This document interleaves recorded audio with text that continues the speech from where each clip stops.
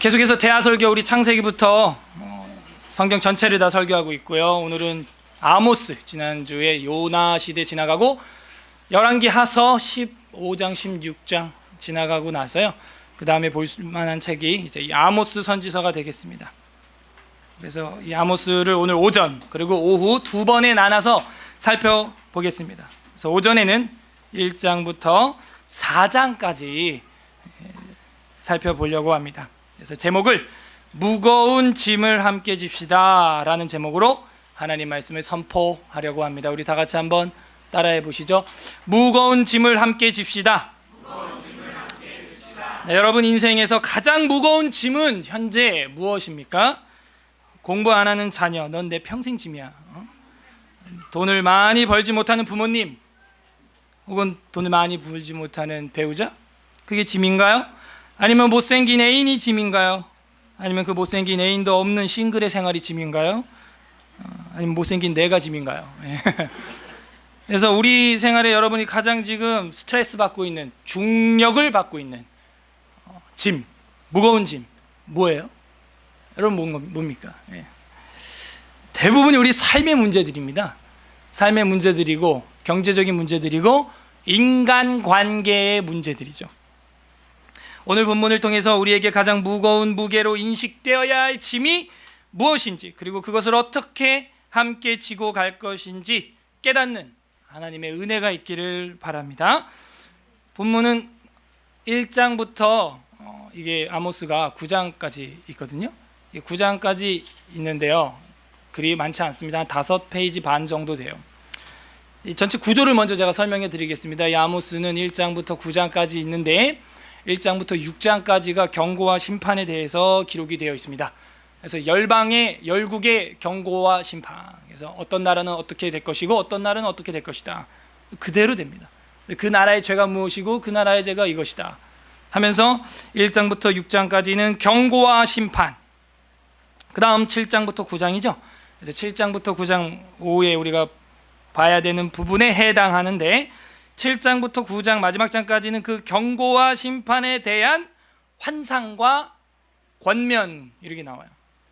그 경고는 경고인데 그걸 다시 한번 비전으로, 환상으로 다시 보여주면서 또 한번 경고와 심판에 대한 환상을 보여주죠.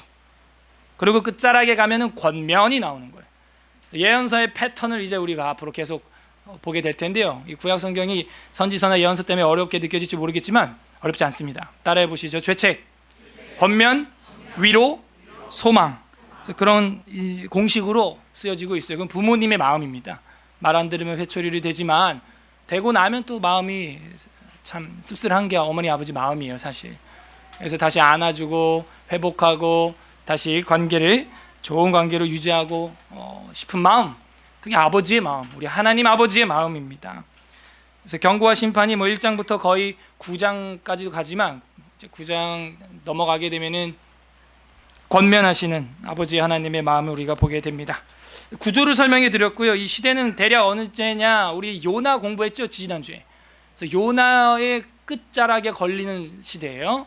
그리고 호세아를 우리가 다음에 보겠지만, 호세아는 북이스라엘의 마지막 예언자입니다. 호세아의 머리에 걸치는 사람이죠. 그러니까는 요나와 호세아 그 중간에 사역을 했던 사람이 이 아모스고, 정확하지 않습니다. 연도는 대략 왕 이름이 나오기 때문에 우리 1절 읽었죠. 누구 왕? 유다 왕 누구? 우시아니까. 우시아는 아까 우리 기도도 하셨지만 아사랴. 그래서 무슨 병이 걸려 죽었어요? 다 아시네요. 나병이라고, 문둥병 걸려서 죽었었죠. 지난주에 역사를 공부 다 했기 때문에 알아요. 그러니까 고맘때라는 건데 절대 연도는 안 나와요. 그러면 이제 우시아가 언제적 사람이냐 보면 이제 BC, Before Christ, BC 760년경부터 이제 BC 750년경, 그 정도 사이에서 아마 이 아모스가 활동을 했다, 이렇게 볼 수가 있어요. 그러면은 잘 보면 북이스라엘이 BC 722년에 망하거든요. BC 722년에 망해요, 이스라엘이. 근데 BC 한 760에서 750년에 활동했던 선지자가 이 아모스라면, 이 아모스가 활동하고 나서 대략 몇 년 뒤에 이 나라는 망하는 거예요? 한 40년? 3, 40년 뒤에 이제 망하는 거예요. 이 나라가 망하게 돼 있는 거죠. 그래서 우리가 거의 이스라엘이 망하기 한 3, 40년 전에 활동했던 선지자가 이 아모스 선지자구나. 그러면 이제 선지자 중에서는 이스라엘 역사상에서는 끝자락에 해당하는 선지자입니다. 그래서 우리가 이 아모스에 대해서 볼 텐데요. 이 아모스는요, 이스라엘 북쪽에 가서 선포를 했지만 실제 자신의 출신은 유다 남쪽 사람, 드고아 사람이에요. 그런 것도 여러분이 아셔야 됩니다. 남쪽 사람인데 북쪽에 가서 예언을 했다 하는 거예요. 남한 사람이 북한에 가서 설교하면 더 관심 끌까요? 못 끌까요? 관심 끌어요. 그죠? 말투가 벌써 달라요. 그래서 제가 늘 하는 얘기지만 서울에 있는 서울 토백이 목회자가 저 아랫지방에 가서 설교하면 다들 많이 온답니다. 예. 간지럽다고. 예. 그러니까는 그 지방 방언이 있기 때문에 그런 메리트가 되는 면도 있나 봐요. 북한에 가서 막 제가 설교를 한다고 해봐요. 그러면 딱 말투가 벌써 보여주거든요. 아, 저게 북한 사람이 아니구나, 남한 사람이구나, 남조선에서 왔시오? 막 이러면서 뭐라 그런지 한번 들어봅시다. 막 이러면서 그거 같나 뭐 하면서 뭐 그렇게 듣는 거예요. 조금 주목하게 되는 것이죠. 그래서 남유다 사람이지만 북쪽에 가서 예언했던 이 아모스. 이 아모스라고 하는 뜻은요, 여러분 아모스라는 말 들어봤어요? 기타도 무슨 아모스가 마이크가 있고, 제가 재밌었던 거는요, 이삿짐 센터가 아모스, 영어로 AMOS라는 그 이삿짐 센터도 제가 본 적이 있어요. 이 아모스라고 하는 뜻은요, 무거운 짐진 자, 무거운 짐을 나르는 자, 뭐 이런 뜻이에요. 그러니까 이삿짐 센터에서 쓰기 좋죠. 혹은 이제 다른 말로 또 한번 번역을 하게 되면은 하나님의 보호를 받는 자, 뭐 이런 뜻도 됩니다. 근데 이제 우리는 대체로 무거운 짐진 자예요. 그래서 이 아모스가 어떤 짐을 졌는가, 이제 그거를 살펴보게 될 겁니다. 제가 서론을 다 설명해 드렸어요. 책 제목부터 시대적 배경부터 설명해 드렸습니다. 그럼 이제 보면 되는 거예요. 아모스 1장 1절 펼치시고, 1장 1절에 보면 유다 왕 우시아의 시대에 곧 이스라엘 왕 요아스의 아들, 유다 왕 이름은 남쪽, 이스라엘 왕 이름은 북쪽입니다. 방향 표시가 성경에 안 돼 있어도 우리는 알아서 들어야 돼요. 여로보암의 시대에 지진전 2년에 드고아 목자 중 아모스가 이스라엘에 대하여 이상으로 받은 말씀이라. 자, 그럼 아모스가 이 말씀을 전하고 나서 2년 뒤에 뭐가 터졌다는 얘기예요? 지진이 생겼다. 여기 지진 전 2년이니까 그러면 지진이 일어나고 나서 기록한 겁니까? 일어나기 전에 기록한 겁니까? 이 예언은 일어나고 나서 나중에 후대에 기록한 책이 이 아모스라는 거예요. 그러니까 지진이 일어나고 나서 이거를 기록을 한 것이죠. 그러면 지진 이미 터졌고 난리 다 났는데 기록해서 뭐 할 거예요? 이미 뭐 지진 난리 나서 몇천 명 다 죽고 막 그랬는데 뭐하러 기록해요 이거를? 여기서 우리가 또 하나 교훈을 받아야 돼요. 우리 때문에 기록한 거예요.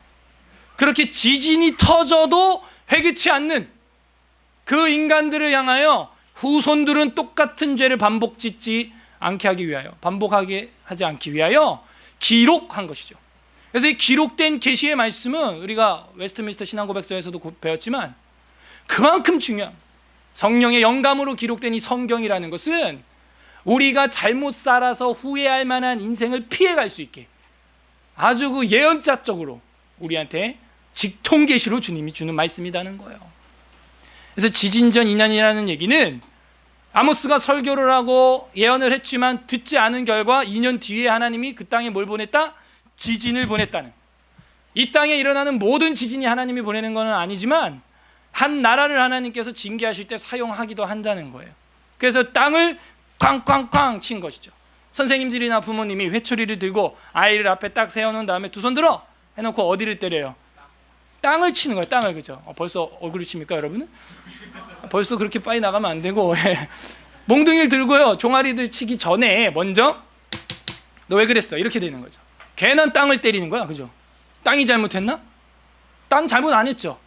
근데 우리 부모님들도 보면은 바닥을 먼저 때리는 거예요. 그래서 요나도 말을 안 듣고 방향 감각 없는 어리석인 비둘기처럼 나침판을 가져가지 않고 영적인 나침판이 없이 엉뚱한 곳으로 날아가는 그런 이스라엘을 보니까 하나님이 막 속이 타는 거예요. 그래서 뒤 흔드는 장면, 이제 그런 것이 이제 아모스 시대 2년 뒤에 여로보암 시대의 지진전 2년에 이렇게 쓰고 있는 거죠. 드고아다 이렇게 되죠. 드고아가 이게 유다의 그 지역입니다. 예루살렘으로부터 한 40km 떨어진 지역인데 이 드고아라는 말은 이제 성벽이다 이런 뜻이 좀 내포돼 있어요. 그래서 이제 만리장성이나 무슨 산성 같은 그런 것입니다. 그래서 그 드고아 지역의 목자였다는 거죠. 그러니까 아모스는요, 선지자도 제사장도 아니었어요. 직업이 뭐예요? 목자. 이 목자라는 말이 나왔어요. 그래서 사실은 이런 말을 우리가 이제 목사의 그 원래의 그 역할, 그 양떼를 돌보는 그 목자의 역할이죠. 그래서 우리가 각 리더들이 뭐 목장이라고 이제 하는 교회도 있고 그러죠. 목장, 목자, 목녀 뭐 이런 말도 합니다. 자매들한테. 그래서 이제 이 목자가 된 심정으로 우리도 목자가 된 마음으로 이 아모스를 봐야 되는구나. 아모스가 뭐였어요? 목자였다는 거예요. 그래서 아모스가 이스라엘에 대하여 이상으로 받은 말씀이라 해서 이 드고아 사람이지만 이스라엘은 북쪽이에요, 남쪽이에요? 북쪽이에요. 지금 남북으로 찢어져 있는 상태이기 때문에 유다 이러면 남쪽, 이스라엘 하면 북쪽입니다. 그래서 받았다는 거예요. 그런데도 회개 안 합니다. 그래서 2년 뒤에 지진을 보냈고 그 지진은 얼마나 강력했던지 여기 말고 스가랴서 14장에도 기록이 돼 있어요. 관주가 돼 있는 성경도 있을 텐데 한번 찾아보죠. 스가랴 14장 5절을 한번 펼쳐보세요. 슥 이렇게 돼 있을 겁니다. 뒤로 가야 됩니다. 학개, 스가랴, 말라기, 스가랴 14장입니다. 구약성경 1325 스가랴 14장 5절 1325페이지 다 같이 읽겠습니다. 14장 5절 시작. 그 산 골짜기는 아셀까지 이르지라. 너희가 그 산 골짜기로 도망하되 유다 왕 우시야 때 지진을 피하여 도망하던 것 같이 하리라. 나의 하나님 여호와께서 임하실 것이요 모든 거룩한 자 주와 함께 하리라. 우시야 때 지진을 피하여 도망하듯이 도망한다는 거예요. 그럼 우시야 때 지진이 얼마나 강력했냐? 바로 그 윗절을 보면 나와 있어요. 4절에 보면은 그날의 그 밤에 그의 발이 예루살렘 앞 곧 동쪽 감람산에 서실 것이요. 감람산은 그 한가운데서 동서로 갈라져 매우 큰 골짜기가 되어서 산 절반은 북쪽으로, 산 절반은 남쪽으로 옮겨버린다는 거예요. 이렇게 강력한 지진이 일어난다는 것이죠. 일어납니다. 예. 그래서 그런 강력한 지진이 우시야 때에 있었고 주님이 심판하시려 임하실 땐 그와 같은 진동이 있다는 거예요. 그러니까 이 우시야 때 지진은요, 인류 역사상 아마 전무후무한 지진입니다. 얼마 전에도 네팔에서 지진이 나가지고 많은 구호단체들이 가고 있는데, 여러분 네팔의 지진이 강력하긴 했지만 IT보다 한 20배 셌습니다. IT 지진보다 센 지진이지만 산이 두 쪽 나진 않았어요. 그죠? 그래서 북쪽으로 남쪽으로 가는 일은 없었거든요. 근데 산이 두 쪽 나는 그런 지진이 임한다는 거예요. 하나님이 심판날에 임하시면 그런 두려움과 위험 속에 임하신다는 것이죠. 다시 우리 아모스서로 돌아오겠습니다. 그래서 이렇게 강력한 지진이었구나 하는 것을 우리가 보게 됐어요. 2절 아모스 다시 1275페이지 아모스 1장 2절에 보면 그가 이르되 여호와께서 시온에서부터 부르짖으시며 예루살렘으로부터 소리를 내시리니 목자의 초장이 마르고 갈멜산 꼭대기가 마르리로다. 여러분 초장이 잘 말라요? 갈멜산 꼭대기가 잘 말라요? 네, 꼭대기가 아니고 초장입니다. 그래서 우리가 이 산을 보게 되면은 늘 비나 구름은 산 꼭대기부터 오죠. 왜 그래요? 햇빛이 비치면은 산이 한쪽 면만 뜨거워져요. 근데 반대편 이 음지는 그늘져 있기 때문에 찬 공기가 맴도니까 산 꼭대기에 뭐가 생겨요? 예, 수증기 구름이 생기게 돼 있죠. 그래서 산 꼭대기부터 비가 오면서 왜 우리도 대관령부터 이제 안개 끼고 구름 생기면서 이제 영서 지방으로 이렇게 내려오는 거거든요. 그러니까 우리가 이 성경을 이해하려면 자연도 잘 이해할 줄 알아야 됩니다. 초장이 먼저 마르는 게 아니고 산 꼭대기가 먼저 마르는 게 아니고 초장이 먼저 마른다 하는 거예요. 산 꼭대기는 잘 안 마르는데 갈멜산 꼭대기가 마르리로다 그랬으니까 초장은 완전히 바싹 더 말라버린다는 거죠. 그런 가뭄, 기근을 말하는 거예요. 자, 이러면서 이제 열국 심판에 대해서 한 나라 한 나라 나옵니다. 첫 번째 나라 3절 여호와께서 이같이 말씀하시되 다메섹의 서너 가지 죄로 말미암아 내가 그 벌을 돌이키지 아니하리니. 그러니까 하나님은요 이스라엘이나 유다에만 관심이 있는 게 아니라 다메섹 이방 나라 사람들에게도 관심이 있어요. 이방 나라 사람들에게도 관심이 있다는 거예요. 근데 다메섹에 서너 가지 죄가 있는데 그 죄 때문에 하나님이 벌을 돌이키지 않는다는 것입니다. 심판의 하나님에 대해서 이야기하고 있어요. 그 벌을 돌이키지 아니하리니 그 이유가 뭐래요? 이는 그들이 철 타작기로 타작하듯 길르앗을 압박하였습니다. 이렇게 되어 있어요. 그러니까는 철 타작기로 길르앗을 압박했다는 거예요. 그래서 군사적인 이런 횡포 이런 걸 하나님께서 달게 보지 않는다는 거예요. 오늘날도 나에게 힘이 있다고 포악을 행한다면 역시 다메섹이 저질렀던 죄에 걸리게 될 겁니다. 4절에 보면은 내가 하사엘의 집에 불을 보내리니 벤하다 군궐들을 사르리라 해서 불이라는 말이 나왔죠. fire, 재앙을 보낸다는 것입니다.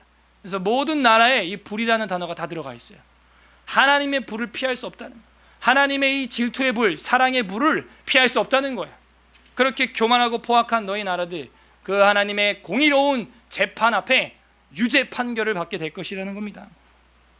5절에 보게 되면 내가 다메섹의 빗장을 꺾으며 아웬 골짜기에서 그 주민들을 끊으면 벳 에덴에서 규 잡은 자들, 이 규는 이제 지휘봉이죠. 지도자들을 말하는 거예요. 규 잡은 자를 끊으리니 아람 백성이 사로잡혀 기르에 이르리라 여호와께서 말씀하셨다. 그래서 이 다메섹 사람들이 이 아람 사람들이거든요. 아람. 그러니까는 그 사람들 이제 하나님께서 재판하겠다 이거예요. 두 번째 나라 6절에 보면 여호와께서 이와 같이 말씀하실 때 가사가 오늘날 뉴스에 나오는 그 이스라엘과 싸움이 있는 가자지구 블레셋 땅 그쪽을 말합니다. 하마스 게릴라 뭐 그런 사람들을 말하는 거예요. 오늘날로 치면. 그래서 여호와께서 같이 말씀하실 때 가사의 서너 가지 죄로 말미암아 내가 그 벌을 돌이키지 아니하리니 이는 그들이 모든 사로잡은 자를 끌어서 어디다 넘겼어요? 에돔에 넘겼다 하는 거예요. 3절에다가 다메섹 밑줄, 6절에다가 가사 밑줄 치면 어떤 나라인지 눈에 확 보이겠죠? 이 가자지구 사람들, 블레셋 즉 골리앗에 해당되는 그 민족들, 자이언트, 얘네들이 사람을 잡아다가 에돔에다 넘겼대요. 인신매매, 사람을 갖다 팔아버렸어. 에돔에다가. 이 뒤에 보면 에돔에 자꾸 파는 장면이 또 나옵니다. 다 읽겠습니다. 7절 내가 가서 성에 불을 보내리니 그 궁궐들을 사르리라. 가자지구 사람들이 그 궁궐을 어떻게 만든 거예요? 그런 힘으로 만든 것이죠. 8절 내가 또 아스돗에서 그 주민들과 아스글론에서 이 아스돗, 아스글론 이게 다 뭐냐면 가자 지역의 도시 이름입니다. 규를 잡은 자를 역시 지휘자들, 지휘봉을 가지고 있는 자들 자를 끊고 또 손을 돌이켜 에그론 역시 가자 지역의 도시 이름입니다. 에그론을 치리니 블레셋에 남아있는 자가 멸망하리라 주 여호와께서 말씀하셨느니라. 세 번째 나라 9절에 나옵니다. 여호와께서 이같이 말씀하시되 두로 해변가의 항구 도시죠. 두로의 서너 가지 죄로 말미암아 내가 그 벌을 돌이키지 아니하리니 두로는 어떤 죄가 있느냐? 이는 그들이 그 형제의 계약을 기억하지 아니하고 계약 파기했다는. 여러분 약속 안 지키는 것도 하나님이 다 보고 있다는. 우리 사람끼리도 쟤는 약속도 안 지켜 쟤랑 놀지 마. 우리 사람끼리도 그런 정의 감이 발동하지 않습니까? 하나님도 그거 다 보고 있다는 거예요. 사람과 사람끼리 지키지 않는 계약 파기한 것도 하나님이 다 보고 있다는 거예요. 하나님. 그래서 그 두로의 죄는 그 형제의 계약을 기억하지 아니하고 모든 사로잡은 자를 또 어디에 넘겼어요? 또 에돔이야. 에돔에 자꾸 사람을 팔아 넘기는 이유가 있겠구나. 이제 역사적으로 이제 이게 잡혀야 되는 거야. 나중에 우리가 오바댜서나 이런 거 보겠지만은 에돔이 어디예요? 에서의 후손이고 에서는 야곱의 형제인데 에서의 후손들인 에돔이라는 나라는 도시가 대체로 뭘로 형성되어 있나요?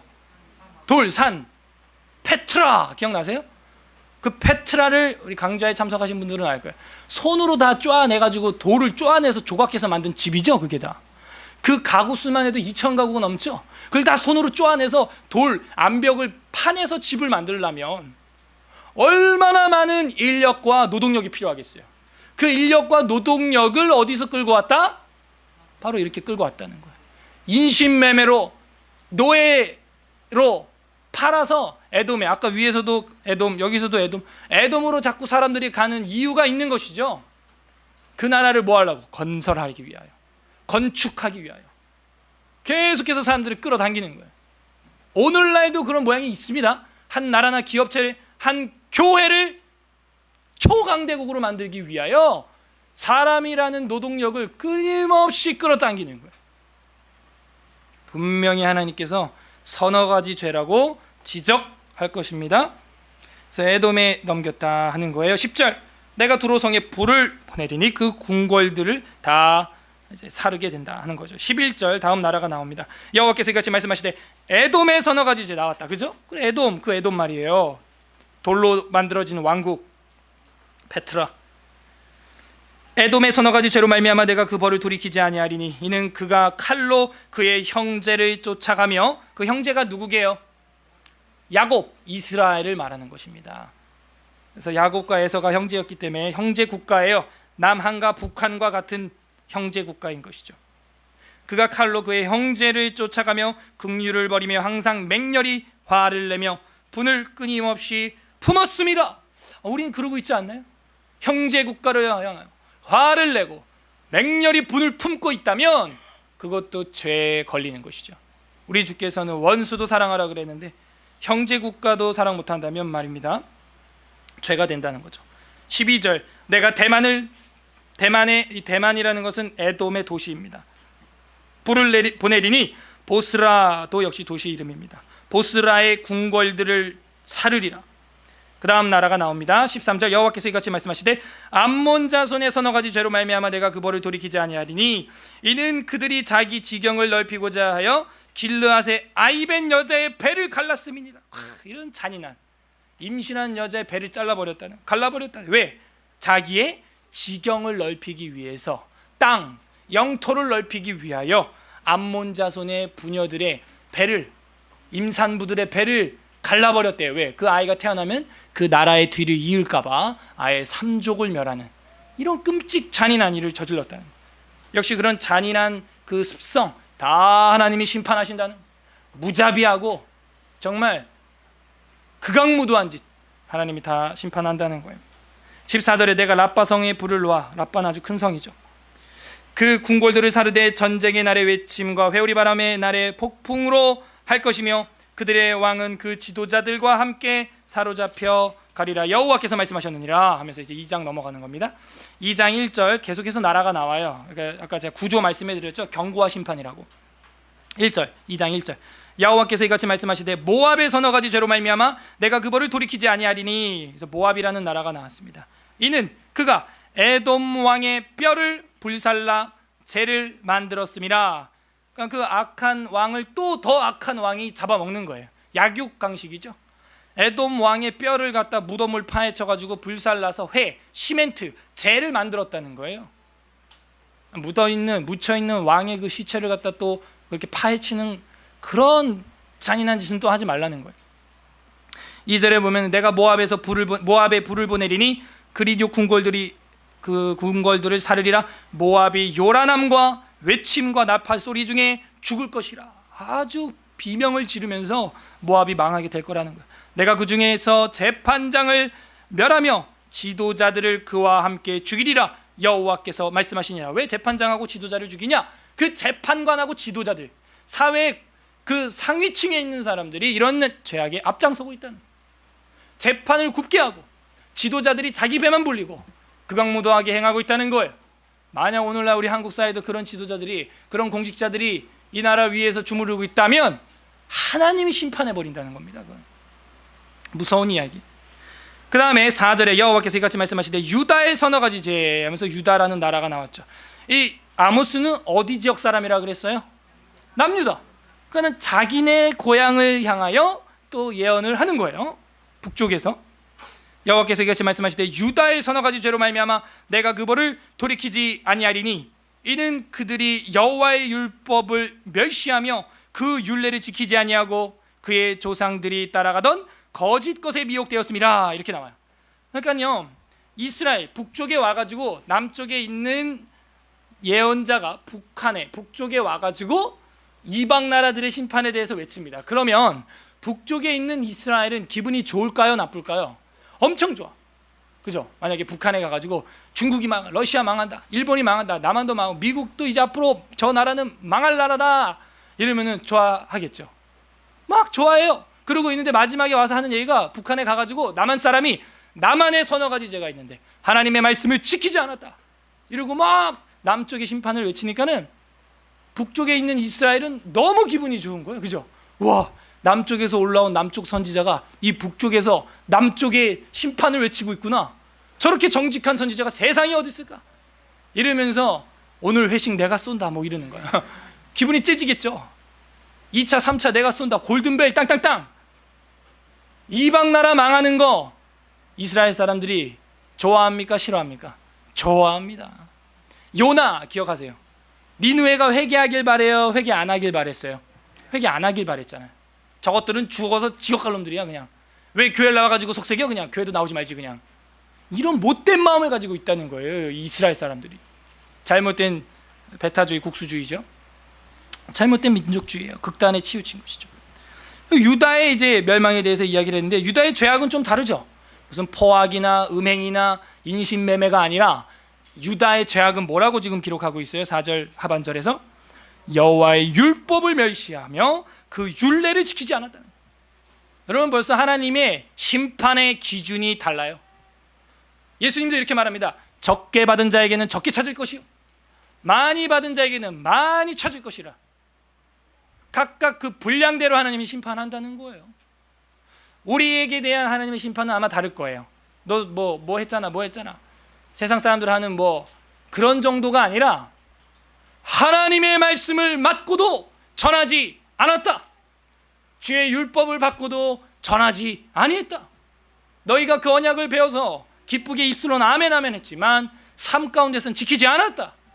이것이 우리에게 죄증 목록이 될 수 있다는 것입니다. 지금 이런 열방에 대해서 심판을 외치면서 아모스의 마음이 어땠을까요? 한번 생각해봐요. 아모스 뜻이 뭐라고요? 무거운 짐진 자. 무거운 거예요. 저 나라들을 볼 때 안타까운 거예요. 일본이 왜 저럴까? 중국이 왜 저럴까? 러시아가 왜 저럴까? 미국은 왜 저렇게 하는 걸까? 우리나라한테. 그런 걸 볼 때 마음이 아픈 거예요.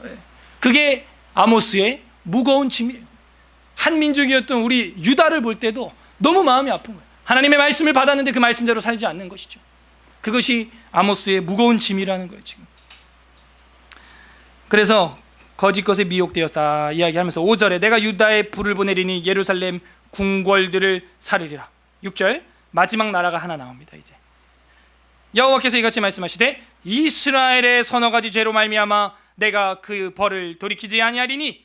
이제 북이스라엘에 올라와 있는 이 아모스가 마지막으로 예언한 나라가 어디예요? 바로 그 현장에 북이스라엘, 북쪽 나라라는 거예요. 서너 가지 죄로 말미암아 그 노를 벌을 돌이키지 아니하리니 하고 시작을 했는데 이게 어디까지 가냐? 9장까지 가네. 9장. 그러니까 앞에 것들은요 뭐예요? 짧게 하는 그 아마추어 오프닝 게임이고 원투나 레슬링이나 뭐 그런 거 할 때 보면은 처음 시작할 때 그 왜 오프닝 게임 있잖아요. 그 오픈 게임 워밍업이라 그러죠. 그냥 잠깐 분위기 데우는 워밍업 한 것이고 진짜 본 게임은 뭐라는 거예요? 바로 이스라엘, 너네라 이스라엘, 북이스라엘 너희들의 죄가 이루 말할 수 없다는 거예요. 이방 나라도 하나님이 이렇게 심판하는데 너네 두렵지 않냐 이거예요. 그럼 그 죄의 목록이 뭐냐? 이스라엘의 서너 가지 죄로 말미암아 내가 그 벌을 돌이키지 아니하리니 이는 그들이 은을 받고 의인을 팔며. 여러분 사람을 돈 받고 팔아 넘기는 거예요. 사람을 돈으로 보는 거예요. 돈으로 사람을 사고 파는 거예요. 이 짓은 누가 한 거예요? 나중에 가룟이라는 유다가 예수님을 은 30에 팔아버립니다. 가룟 유다의 죄예요. 어찌 사람을 사고 팔고 합니까? 사고 팔고 노예로 말이죠. 그래서 그 은을 받고 의인을 팔았어. 의인을 신 한 켤레를 받고 가난한 자를 팔며.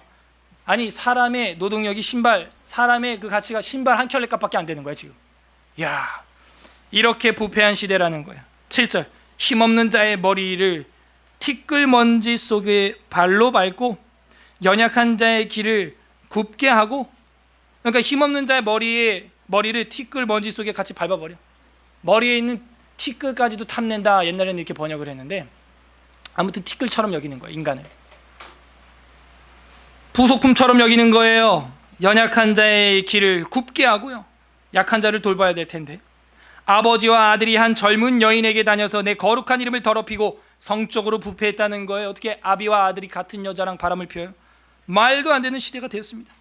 오늘날도 마찬가지예요. 성적 부패는 이제 극에 달했어.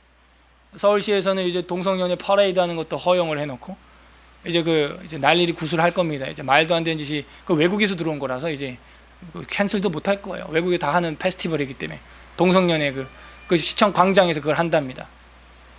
이제 이건 막을 수 없습니다. 이제는 남자끼리 여자끼리 청첩장을 돌리는 꼴을 우리 눈으로 보고 말 거야. 저는 그걸 주례해야 되고, 주례 안 하면 저는 아마 고발을 당하겠죠. 그런 시대가 이제 올 거예요.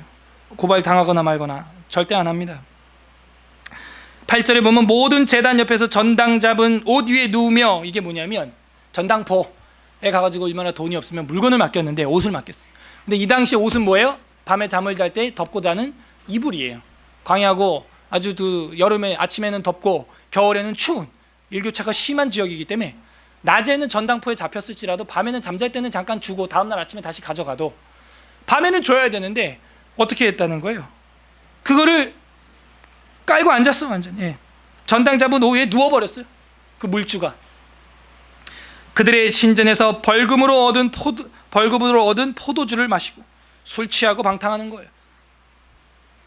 그 돈도요, 벌금으로 얻은 돈, 신전에서 그걸 가지고 술을 사서 마신다는. 내가 아모리 사람들을 그들 앞에서 멸하였나니 그 키는 백향목 높이와 같고 강하기는 상수리 나무와 같으나 내가 그 위에 열매와 그 아래 뿌리를 진멸하였느니라.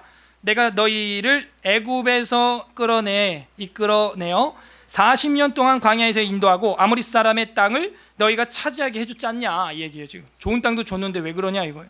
11절 또 너희 아들 중에서 선지자를 너희 청년 중에서 나실인을 일으켰나니 이스라엘 자손들아 과연 그러지 아니하냐.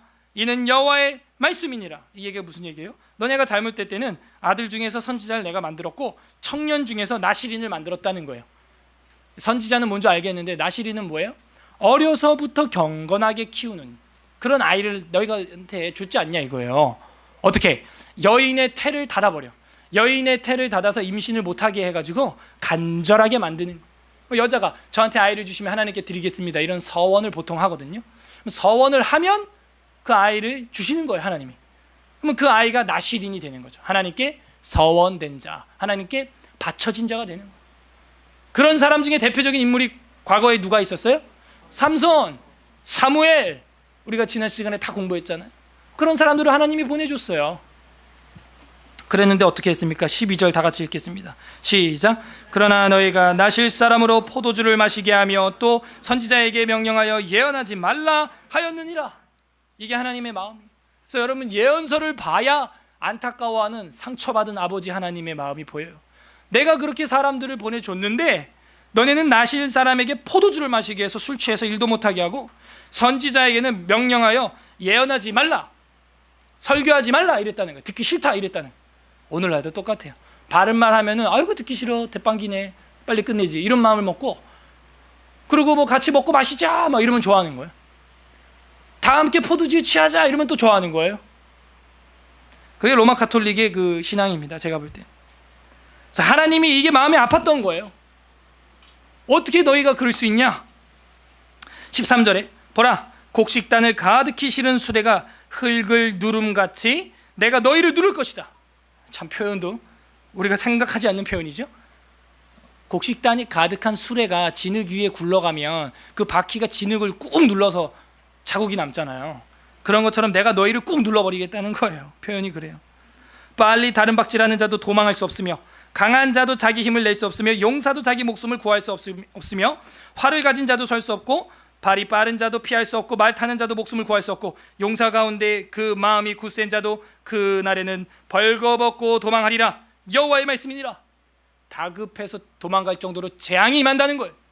신약 성경에 보면 마가복음이라는 곳에 보게 되면 아마도 신학자들은 그게 마가 본인이었을 것이라고 생각을 하는데, 예수님이 순환을 당하기 위해 잡혀가고 맞고 침뱉음을 당하고 있을 때 어떻게 됩니까? 마가가 배 혼니부를 벗어놓고 도망가는, 빨개 벗고 도망가는 그런 장면이 마가복음에 나와 있습니다.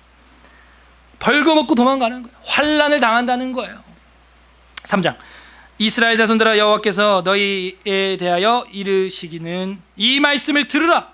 애굽 땅에서 인도하여 올리신 모든 족속에 대하여 이르시기를 내 땅의 모든 족속 가운데 너희만을 알았나니. 이게 무슨 소리예요? 난 너만을 사랑한다 했잖아, 그 얘기예요 이게 지금. 그래서 2절이 내가 땅의 모든 족속 가운데 너희만을 알았다. 난 너 말고 다른 백성이 없다. 내가 너네 그렇게 아꼈다, 이 얘기예요 지금. 너만을 사랑한다 했잖냐, 사랑했잖냐, 이 얘기예요. 너만을 알았나니 그러므로 내가 너희 모든 죄악을 너희에게 보응하리라 하셨나니. 이건 뭐예요? 그런데 떠났다는 거예요. 예.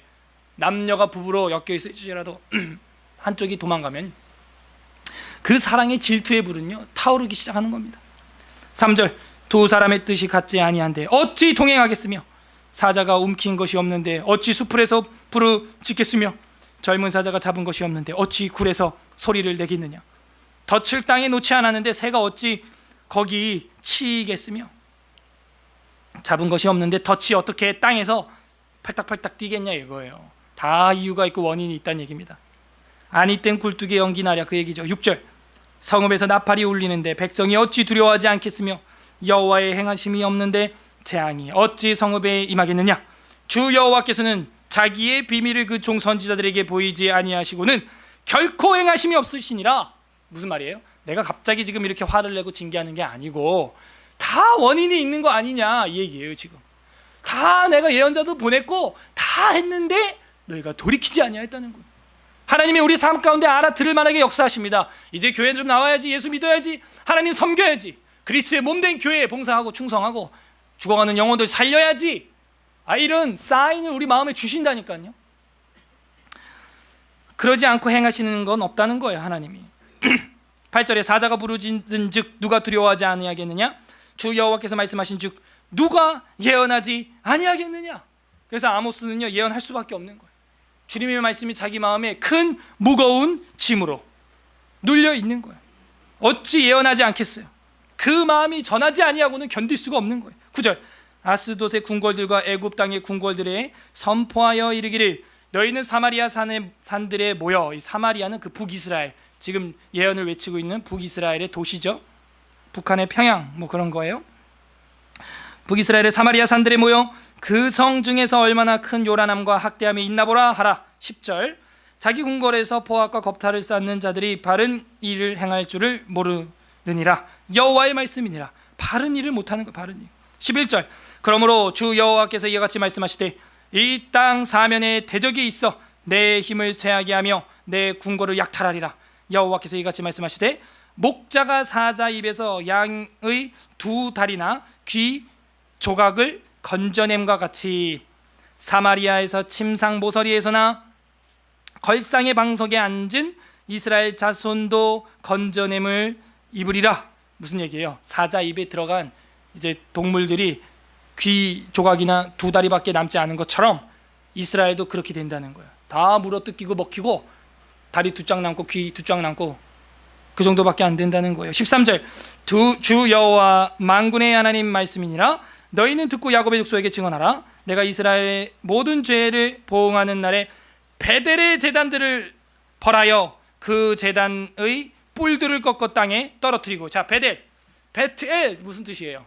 베델 하나님의 집이다. 이름은 하나님의 집이야. 이름은 예담이, 이름은 예슬이, 예찬이, 찬양이, 충성이, 이름은 충만이 막 이런데 이름은 베델인데 거기 뭐예요? 죄가 가득한 거예요. 죄가. 그래서 하나님이 거기를 벌하겠다는 거예요. 모든 죄를 보응하는 날에 베델을 벌하여 그 제단의 뿔들을 꺾어버리겠다는. 베델에다가 여로보암이 뭘 세워놨어요? 금송아지 우상을 세워놨죠. 그리고 15절 보세요. 겨울궁과 여름궁을 치리니 상하궁들이 파괴되며 큰 궁들이 무너지리라. 여호와의 말씀이니라. 자, 이런 걸 볼 때 그 당시 경제적으로는 어땠던 것 같아요? 부강했어요? 가난했어요? 얼마나 부강했으면 집이요, 여러분 별장이 있는데 여름 별장, 겨울 별장이 따로 있는데 그 별장을 뭘로 만들었대요? 방금 상아가 뭐예요? 상아가 코끼리 여금니. 여러분 솔로몬도요 부귀영화가 그렇게 좋았지만 자기 의자만 상아로 만들었어요. 근데 이 사람들이 얼마나 지금 사치를 하는지 이 건물 벽을 상아로 다 그냥 아예 도배를 해버리고. 근데 하나님이 그걸 어떻게 한대요? 다 무너뜨리리라. 그 궁들을 다 무너지게 하겠다는 거예요. 그러니까 우리가 여기서 배울 수 있는 건 뭐예요? 나라가 경제적으로 부강하다고 해서 하나님이 기뻐하는 게 아니라는 것이죠. 내가 돈 많고 잘 나간다고 해서 하나님이 기뻐하는 게 전혀 아니라는. 우시아 시대, 바야흐로 이 시대는요, 솔로몬 이후로 거의 전무후무한 전성기, 땅을 회복하고 아무튼 뭐 부귀영화를 누리는 솔로몬 이후의 거의 최고의 전성기입니다. 이때가. 그렇게 부강하다고 해서 하나님이 기뻐하는 것이 아니라는 거예요. 하나님이 원하는 건 뭐냐? 바로 올바른 판단력, 정의, 올바른 사랑, 올바른 말씀, 그 신앙.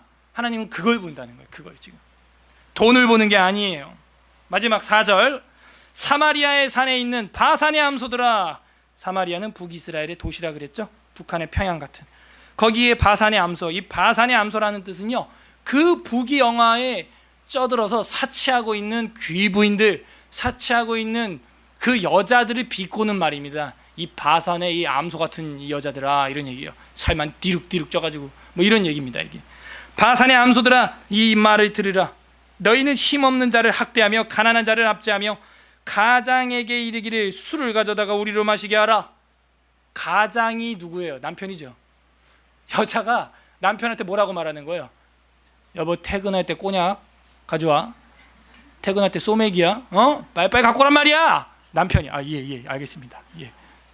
얼마나 이 여자들이 드센지 이런다니까요. 물론 우리 교회는 안 그러겠지만 보통 우리 한국 사회도 그래. 제가 봐도요, 나이 먹을수록 어머님이 갑이야. 이제 집에 오면 아버지가 둘이 앉아 있어. 누가 남자냐? 누가 갑이냐? 엄마가 갑이, 엄마가 보면. 예? 여자들이 이제 막 가정을 쥐락펴락. 여러분, 가부장제가 나쁘다. 그러면 반대로 해봅시다. 가모장제가 그럼 좋은 거예요? 가모장제가 되길 바래요. 그러면 여러분? 안 돼요, 안 돼. 그래서 이 바산의 암소 이 여자들이 남편한테 들어올 때 술 사오라고. 술을 가져다가 우리로 마시게 하라 하는도다. 주 여호와께서 자기의 거룩함을 두고 맹세하시되 때가 너희에게 이를지라. 사람이 갈고리로 너희들을 끌어가며 낚시로 너희들을 남은 자들도 그리하리라. 다 싹 그냥 포로로 잡아가겠다는 거예요. 너희가 성 무너진 데를 통하여 각기 앞으로 바로 나가서 하르몬에 던져지리라. 이 포로로 끌려가는 길을 말하는 거예요. 하르몬이라는 길이죠. 던져지리라. 여호와의 말씀이니라. 너희는 베델에 가서 범죄하며 길갈에 가서 죄를 더하며 아침마다 너희 희생을 3일마다 너희 11조를 드리며. 하기는 잘했네. 11조를 얼마에 한 번 드렸대요? 와우. 여러분은, 우리는 보통 한 달에 한 번 11조 드리는데 여기는 3일마다 11조 드리고 아침마다 희생제를 드리고 해봐야 뭐하냐 이거. 베델과 길갈에서 범죄하고 있는데, 우상 숭배하고 있는데 그게 무슨 의미가 있냐 이거예요 지금 하나님. 5절, 누룩 넣은 것을 불살라 수은제를 드리며 낙헌제를 소리내어 선포하려무나. 얼마든지 마음대로 너네 제사 드리고 헌물 드려봐, 이 얘기예요. 이스라엘 자손들아, 이것이 너희가 기뻐하는 바니라. 주 여호와의 말씀이니라. 하나님은 기뻐하지 않는다는 반어법입니다. 이게 지금 반어법. 너네는 3일마다 11조, 아침마다 희생제, 수은제, 낙헌제를 드리는데 베델과 길갈에서 범죄하고 있잖아. 그거 너희가 기뻐하는 거 아니냐? 그렇게 맨날 백날 드려봐라 이거야. 우리도 교회는 나오고 뭐 이거 하고 저거 하고 열심히 하는데 과연 그게 하나님 말씀에 기반한 충성인가? 하나님 말씀에 기반한 섬김인가? 그거를 되묻고 있는 거예요. 자, 이제 마지막 단락이죠. 6절에서 12절하고 12절 13절이 이제 결론인데요. 이 6절에서 12절의 소제목은, 11절의 소제목은 뭐냐면 돌아오지 않는 이스라엘, 뭐 이렇게 소제목을 정해 볼 수가 있습니다. 결론은 뭐냐면 Return to God. 돌아오질 않는 거예요. 이렇게 외쳐도 회개하지 않는 거예요. 6절에 보세요. 또 내가 너희 모든 성읍에서 너희를 깨끗하게 하며 너희의 각 처소에서 양식을 떨어지게 하였으나 너희가 내게로 돌아오지 아니하였느니라. 밑줄, 돌아오지 아니하였느니라. 양식을 떨어지게 했는데도 돌아오지 않아. 여러분, 임사오천이라고 세상 사람도 부처님도 물에 빠지면 아이고 하나님 그래. 아니, 세상 사람도 힘들면 좀 하나님 손 좀 잡아주세요, 이렇게 외치는데 양식을 끊어버렸는데도 이것들이 자식을 삶아 먹으면서 안 돌아오는 거야. 그런 죄악을 보고 있다는 거죠. 돌아오지 않았다는 거예요. 여기서 돌아오다라는 말을 우리가 지난 시간에 공부했었는데 기억나십니까? 회복이라는 말로도 표현이 됐었죠. 그래서 요나서하고 열왕기서에 그 회복이라는 말이 들어와서 제가 아주 그 큰 깨달음이 있었다고 얘기를 했잖아요. 하나님이 원하시는 건 뭐예요? 하맛 어기까지 회복시키는 것이었고, 하나님이 원하시는 건 뭐예요? 너희가 주께로 돌아와 회복되기를 바란다는 말이 나와 있었죠. 열왕기서와 요나서에 다 나왔었어요. 그게 히브리어로 슈브라는 말이라 그랬죠. 기억하시는 분들이 몇 분 계시네요. 슈브라는 말이 여기 또 쓰인 거예요. 슈브, return 이라는 뜻입니다. U-turn, return, 돌아오기를 바라고 있는 거예요. 하나님은. 여호와의 말씀이니라. 7절 또 추수하기 석 달 전에 내가 너희에게 비를 멈추게 하여 어떤 서금에는 내리고 어떤 서금에는 비를 내리지 않게 하였더니 땅 한 부분은 비를 얻고 한 부분은 비를 얻지 못하여 말랐음에 기근, 가뭄이라는 거죠.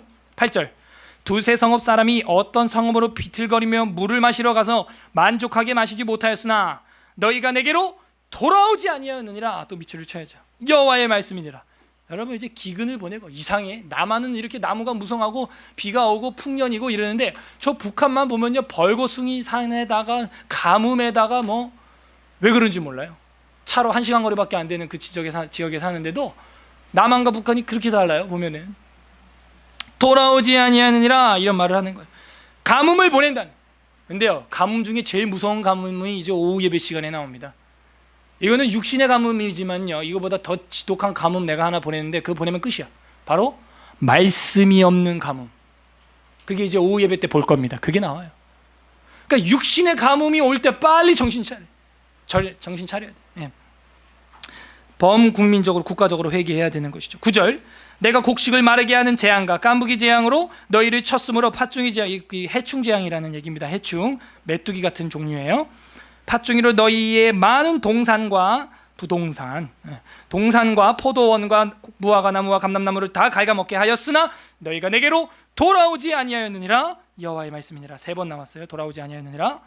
10절 내가 너희 중에 전염병을 보내기를 애굽에서 한 것처럼 하였으며 칼로 너희 청년들을 죽이며 너희 말들을 노략하게 하며 너희 진영을 악취로 코로 찌르게 하였으나 너희가 내게로 돌아오지 아니하느니라. 앞에도 청년을 통해서 선지자나 이제 나신을 일으켰는데 이젠 청년들을 죽이기도 해보고 그런 세상에 소망이 되는 그 푸르는 청년들을 그렇게 소망 없이도 만들어봤는데 돌아오지 않았다는. 우리 교회 청년들도 정신 차려야 돼요. 여러분들이 선지자나 이제 목회자나 아니면은 나시린 같은 등불이 돼야 되는데 우리 교회 청년들이 만약에 등불 역할을 못한다면은 소망이 없는 겁니다. 이제 그 청년들을 주님께서 이제 치신다는 거예요. 그러니까 청년은 그래도 맑아야 돼. 분별을 잘해야 되고 정의로워야 되고 공의로워야 되지. 치사하고 야비하고 벌써 청년 때부터 그런 수작을 배우면은 이거는 소망이 없습니다, 진짜. 그래서 청년은 그야말로 푸르러야 하는 거예요. 소나무도 푸르를 때 패야 쓸 데가 있는 것입니다. 그래서 여러분 녹슬어서 없어지지 말고 달아서 없어져야 되는 거예요. 우리 청년들 같은 경우는. 그래서 우리 교회 청년들 특별히 좀 더 마음을 다잡는 그런 말씀이 됩니다. 이런 것들이. 다음 보겠습니다. 청년들을 죽였으며 너희 말들을 노략하게 하며 너희 진영을 악취로 코로 찌르게 하였거니와 너희가 내게로 돌아오지 아니하였느니라. 여호와의 말씀이니라. 11절 내가 너희 중에 성읍을 무너뜨리기를 하나님인 내가 소돔과 고모라를 무너뜨린 같이 하였으나 너희가 불붙는 가운데서 빼낸 나무 조각같이 시커멓게 되었으나 너희가 내게로 돌아오지 아니하였느니라. 여호와의 말씀이니라. 하면서 리턴하지 않았다. 유턴하지 않았다. 여러분이 역주행하고 있다고 생각해봐. 그냥 등골이 오싹할 거야. 그죠? 정면에서 차가 막 달려오고 있다고 생각해봐요. 등골이 오싹하죠. 빨리 유턴해야죠. 빨리 돌려야 되지 않겠어요? 그런데 그걸 모르고 질주를 하고 있는 거예요. 역주행.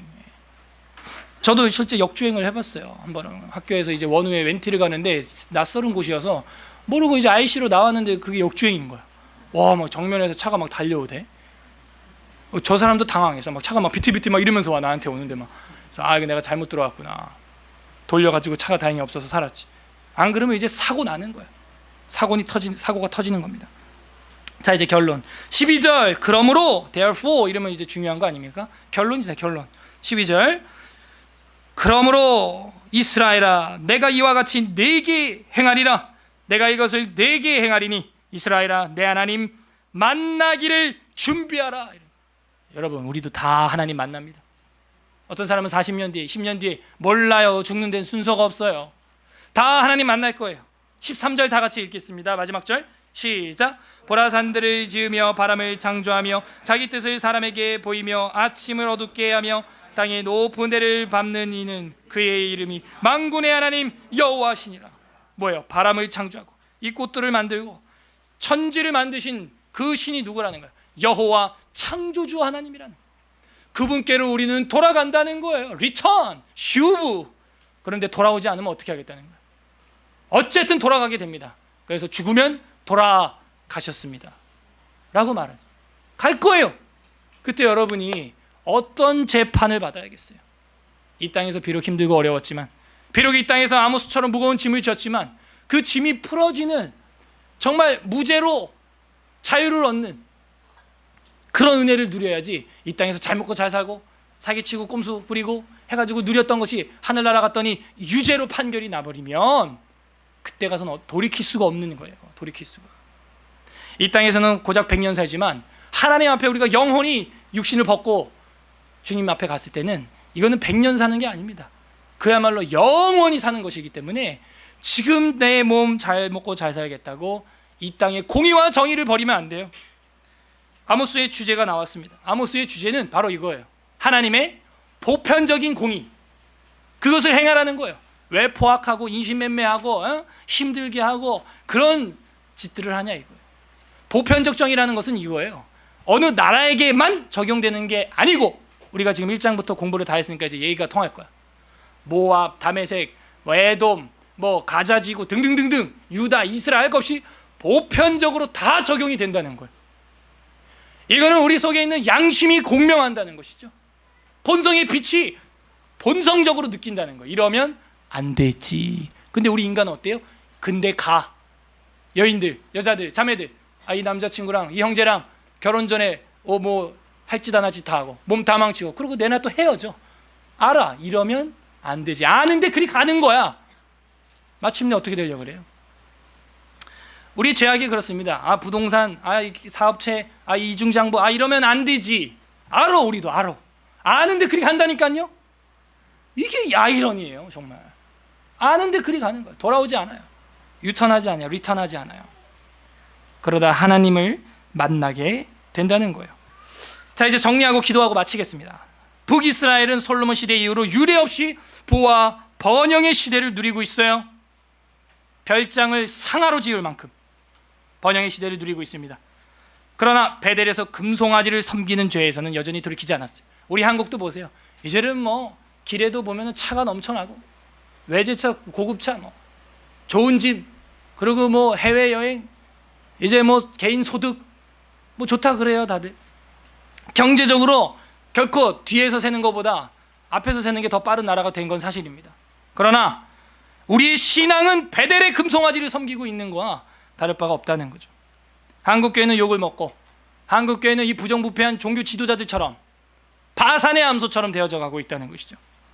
아모스의 가장 무거운 짐은 바로 이거였어요. 죄악에 빠져 있는 자들이 돌아오지 않는 거예요. 그렇게 돌아오지 않는 이스라엘 백성들을 볼 때 가장 큰 짐이었죠.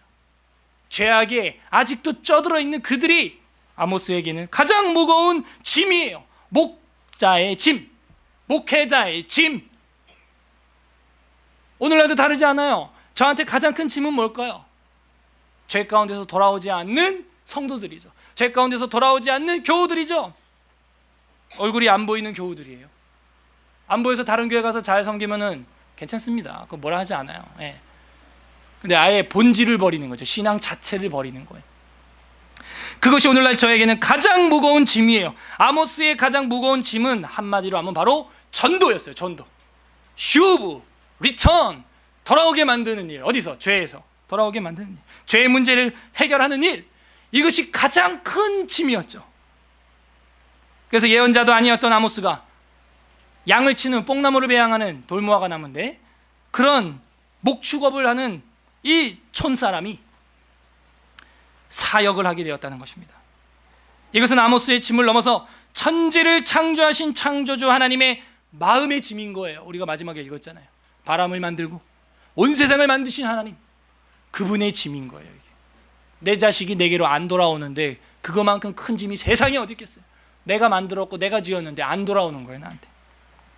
창조주 하나님의 마음의 짐을 우리는 읽어야 되는 것입니다. 여러분은 인생 가운데 가장 무거운 짐이 무엇입니까? 고작 이 땅의 상하궁전입니까? 나 혼자만의 영적인 파티가 무거운 짐이 돼야 돼요. 나만 매주 이렇게 생명의 양식을 떼먹는 이 행동 자체가 짐이 돼야 돼요. 이젠 물론 우리 교회 이제 얼마 나온 지 얼마 안 된 분들은요, 한 2, 3년 더 그냥 그렇게 편안하게 좀 쉬세요. 전 그렇게 권하고 싶습니다. 그러나 이제 한 3년 됐으면 이빨 났으면 이제는 저 떼고 내 밥 내가 먹으면서 이제는 양식을 나눠줄 줄 아는 정도까지는 돼야 되는 것이죠. 나 혼자만의 영적 파티가 이제 여러분 스스로에게 무거운 짐이 돼야 돼요. 성경 66권으로 전도되지 못한 지체들을 볼 때, 가족들을 볼 때 가슴이 불붙는 것 같아 사명이 타올라야 하는 것입니다. 나는 성경 66권 배우고 하나님 말씀 배워서 즐거운데 그거를 아직 보지 듣지 맛보지 못한 그 이웃들을 볼 때 그 마음에 애타고, 저 친구도 죽으면은 하나님 앞에 리턴 해서 돌아갈 때인데 돌아오지 않고 있으니 이것이 나에게 가장 무거운 짐이 돼야 되는 것이죠. 그 사명이 우리의 짐이어야 합니다. 우리만의 파티는 이제 그만해야 돼요. 이사야 1장 14절에 보게 되면은 이런 말씀이 있어요. 내 마음이 너희의 월삭과 정한 절기를 싫어하나니 그것이 내게 무거운 짐이라. 내가 지기에 곤비하였느니라. 너네 뭐 월삭 11조 뭐 3일만 드리고 뭐 절기 지키고 뭐 마당 밟고 하는데 나한테 오히려 그게 무거운 짐이야 라고 하나님이 말하고 있어요. 이제는 우리끼리만의 파티는, 우리끼리만의 월삭이나 절기는 그만하고 하나님께 더 이상 짐을 들여서는 안 돼요. 행하지도 않고 생명의 떡을 나눠주지도 않으면서 나 혼자만 하는 솔로 파티 그만해야 됩니다. 이제는 전도의 사명의 짐을 나눠져야 할 때입니다. 아직도 돌이키지 아니하는 사랑하는 가족들과 이웃들을 향해서 아모스와 같은 마음으로 무거운 짐을 함께 져야 합니다. 목자만 지게 하지 마세요. 여러분도 다 제자고 목자입니다. 자, 이제 두 군데 성경을 찾아보고 기도하겠는데요. 신약으로 넘어가야죠. 갈라디아 6장 1절에서 2절, 갈라디아서 6장 1절에서 2절 첫 번째 신약 성경입니다. 신약 성경 갈라디아서, 고린도 전후서 다음에 있죠.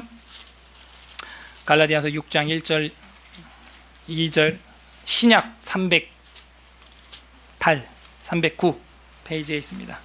신약 성경 309페이지 9페이지 갈라디아 6장 1절 2절 다 같이 읽어보겠습니다. 6장 1절 시작. 형제들아, 사람이 만일 무슨 범죄한 일이 드러나거든 신령한 너희는 온유한 심령으로 그러한 자를 바로잡고 너 자신을 살펴봐. 너도 시험을 받을까 두려워하라. 너희가 짐을 서로 지라. 그리하면 그리스도의 법을 성취하리라. 그러니까는 죄 가운데 빠져 있는 자들, 그들을 온유와 사랑으로 바로잡고 이것이 바로 돌아오는 것이죠. 방향을 바로 잡게 해줘라 이거예요. 그들은 아직 아무것도 모르는 청년이라는 거예요. 너 자신을 돌아봐. 너도 시험을 받을까 두려워하라. 너희가 짐을 서로 지라. 이제 무거운 짐을 함께 지라는 거예요. 죄 해결의 짐을, 전도의 짐을 함께 지라는, 그리하여 그리스도의 법을, 사랑의 법을 성취하라. 세상 사람도 뱃짓장도 맞들면 낫다 이런 말을 합니다. 당연히 우리가 함께 줘야죠. 앞으로 7월 달부터는 이제 우리 리더장님하고 회의를 해가지고 작년부 같은 경우는 지역구로 조를 편성을 했습니다. 조를 편성한 이유는 로컬 철치가 저는 신약 성경적이다 이렇게 봐요. 지금 우리가 교통수단이 발달해서 멀리서 오고 가고 하는데 그것이 저는 제 마음에 무거운 짐 중에 또 하나입니다. 이게 저부터도 지역교회가 맞는 거고 소그룹도 지역 소그룹이 맞는 거예요. 그래서 가정이 교회가 돼야 됩니다. 그래서 여러분이 지역의 소그룹으로 이제 모일 때 누구 집에서 모이든 교회에서 모이시든지 간에 집에서 모이는 게 사실 제일 좋은데 그 집을 여는 헌신이 또 필요해요. 그 짐을 져야 되는 거예요, 누군가는. 그러면 어떤 일이 발생하느냐? 우리 교우들끼리 먹고 마시고 끝나는 것이 아니라 집에서 모임을 하게 되면은 이른바 가정교회라는 것이 되는데, 그런 가정교회가 되게 되면 윗집 옆집도 초대할 수 있습니다. 그래서 그런 전도의 문을 열 수가 있게 돼요. 그래서 지역으로 소그룹을 편성하는 것은 굉장히 성경적이고, 제가 볼 때 한 발 더 만약에 힘이 있는 분들은 나간다면, 무거운 짐을 메고 전진을 한다면, 그 가정에 우리 교우들만 초대하는 것이 아니라 거기는 앞집 옆집 뒷집 다 초대해서 그냥 밥 먹는 거예요. 밥 먹고 이야기하다가 우리끼리 예배 드리는데 뭐 예배 드리기 싫으면 그분들은 가면 되는 거고, 이제 그러면서 하는 것이죠. 그래서 지금 요즘 한국교회 이제 가정교회가 뜨고 있는데요.